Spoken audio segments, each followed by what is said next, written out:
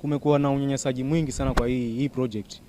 Project yenyewe ni muhimu kwetu, lakini yale mambo yanafanyika hapa hivi hata imekuwa chungu sasa, ni kama haina faida kwetu. Kwa sababu kuna instances hapa ambazo zinafanyika, like sometimes interviews zinafanywa Sundays, watu hawajakuja kazini, huku kunafanywa interview.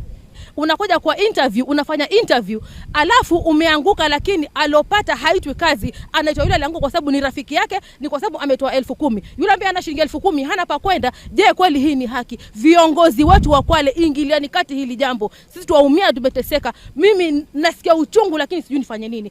Sasa hata kama hatukusoma, lakini hata kufagia pia nataka degree, ama kumwagia maua maji nataka na degree. So naomba tuwe na uwazi. Wale wahusika wote ambao wanahusika na kuchukua watu hapa, angalia wafanye na uwazi. Unajua hii mradi ya serikali na wao wanasukumwa na serikali. Sisi tuko hapa kuhakikisha hii mradi haipiti 2026.